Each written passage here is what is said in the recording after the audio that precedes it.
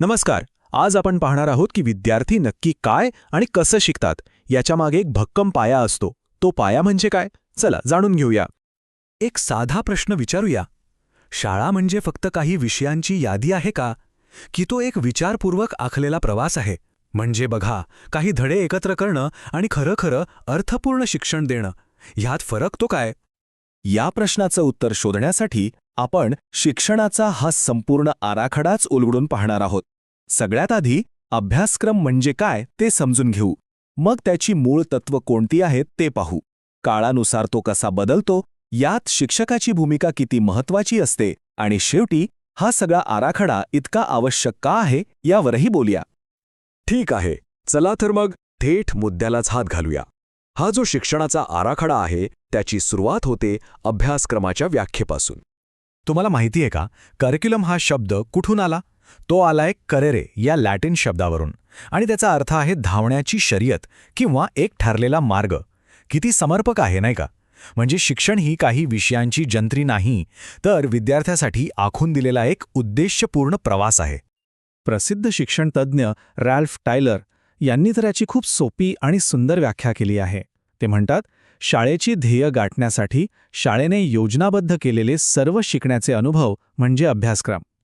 म्हणजे यात फक्त पुस्तकं नाही आली, तर शाळेतले सगळे अनुभव आले जे एका विशिष्ट ध्येयासाठी आखलेले असतात. बरं, पण असा आराखडा लागतोच कशाला? विचार करा, नकाशाशिवाय प्रवास केला तर काय होईल? आपण भरकटून जाऊ नाही का? तसंच आहे, या आराखड्याशिवाय शिक्षण दिशाहीन होऊन जातं. ते ना विद्यार्थ्यांच्या कामी येतं, ना समाजाच्या, आणि शिक्षकांनाही कळत नाही की नक्की शिकवायचं काय आणि कसं. आता आपल्याला हे तर कळलं की अभ्यासक्रम का महत्वाचा आहे, पण मग हा आराखडा उभा तरी कशावर असतो?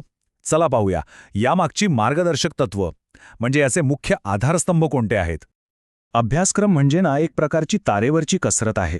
त्याला दोन गोष्टींमध्ये समतोल साधावा लागतो. एका बाजूला तो विद्यार्थी केंद्रित हवा, म्हणजे विद्यार्थ्याची आवड, क्षमता यानुसार, जसं की लहान मुलांना खेळातून शिकवणं. आणि दुसऱ्या बाजूला तो समाज केंद्रितही हवा, म्हणजे विद्यार्थ्यांना एक जबाबदार नागरिक बनवणं, उदाहरणार्थ पर्यावरण शिक्षण किंवा समाजसेवा. आता ही तीन तत्व बघा, ही विद्यार्थ्याच्या संपूर्ण विकासावर भर देतात. पहिलं आहे सर्वांगीण विकासाचं तत्व, म्हणजे शिक्षण फक्त मार्कांपुरतं न ठेवता खेळ, कला यातून मुलांचा शारीरिक, सामाजिक, भावनिक विकासही करणं. दुसरं कृती आधारित तत्व, ह्याचा सरळ अर्थ आहे करून शिका. नुसतं वाचण्यापेक्षा स्वतः एखादा प्रयोग करून पाहिला किंवा एखादा प्रोजेक्ट बनवला तर ज्ञान जास्त पक्कं होतं. आणि तिसरं विकासात्मक तत्व, म्हणजे विद्यार्थ्याच्या वयानुसार आणि समजण्याच्या क्षमतेनुसार शिकवणं. लहान मुलांना चित्र दाखवून आणि मोठ्या मुलांना विश्लेषणात्मक विषय देऊन. पुढची तत्व विद्यार्थ्याला त्याची ओळख घडवायला मदत करतात. त्याला स्वतःच्या संस्कृतीशी, देशाशी आणि जगाशी जोडतात.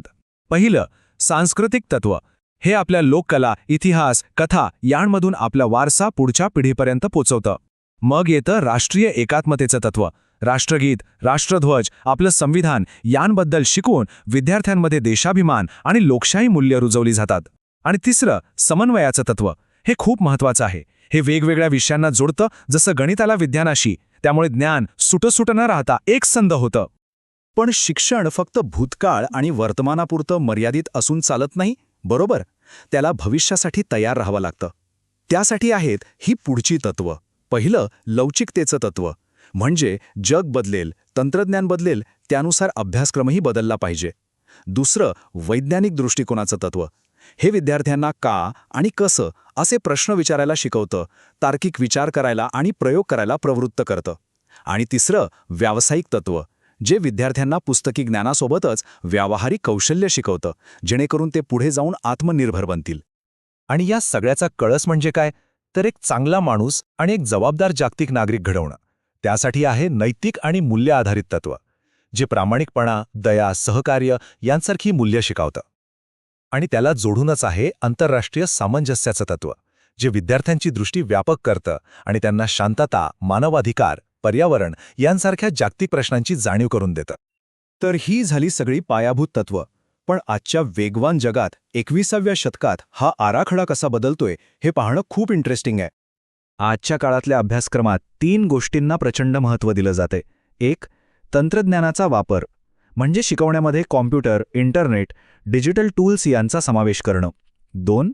चौकस वृत्तीला प्रोत्साहन देणं, म्हणजे विद्यार्थ्यांना फक्त उत्तरं न देता प्रश्न विचारायला, संशोधन करायला आणि वेगवेगळ्या विषयांना जोडून विचार करायला शिकवणं. आणि 3रं आणि सगळ्यात महत्त्वाचं, सर्वसमावेशकता, म्हणजे शिक्षण असं असावं जे प्रत्येक विद्यार्थ्यापर्यंत पोचेल, त्यांच्या गरजा पूर्ण करेल. पण एक गोष्ट लक्षात घ्या, हा सगळा आराखडा, ही सगळी तत्त्व ही फक्त कागदावर राहतील जर एक महत्त्वाचा घटक नसेल, आणि तो घटक आहे शिक्षक. शिक्षकांमुळेच हा अभ्यासक्रम जिवंत होतो. शिक्षक म्हणजे अभ्यासक्रमाचा केवळ वापर करणारा नाहीये, तो त्याचा शिल्पकार आहे. तो स्थानिक परिस्थितीनुसार त्यात बदल घडवतो. तो एक निर्माता आहे. तो वर्गात काय चालतंय, काय नाही हे पाहून त्याचं मूल्यांकन करतो. तो एक समीक्षक आहे आणि विद्यार्थ्यांच्या प्रतिसादावरून त्यात काय सुधारणा हवी हे सुचवतो, म्हणजे तो एक सुधारकही आहे.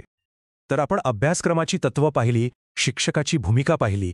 आता शेवटच्या आणि सगळ्यात महत्त्वाच्या प्रश्नाकडे येऊया. या सगळ्याचा अंतिम परिणाम काय? हा आराखडा इतका महत्त्वाचा का आहे? जेव्हा या सगळ्या तत्वांचा विचार करून अभ्यासक्रम तयार होतो, तेव्हा शिक्षण हे काहीतरी अस्ताव्यस्त न राहता एक शिस्तबद्ध, वैज्ञानिक प्रक्रिया बनते. यामुळे होतं काय की विद्यार्थी, शिक्षक आणि समाज या सगळ्यांची उद्दिष्टं एका रेषेत येतात. आणि सर्वात महत्त्वाचं, विद्यार्थ्यांमध्ये आयुष्यभर काहीतरी नवीन शिकण्याची आवड निर्माण होते. आणि म्हणूनच असं म्हटलं जातं की एक चांगला अभ्यासक्रम हा शिक्षण व्यवस्थेचा केवळ एक भाग नाही, तो तिचा आत्मा आहे. शेवटी एकच विचार करण्यासारखी गोष्ट आहे. हा अभ्यासक्रमच उद्याचे नागरिक घडवतो. तर मग आपण विचार करायला हवा की आपण त्यांना नक्की कसं घडवत आहोत?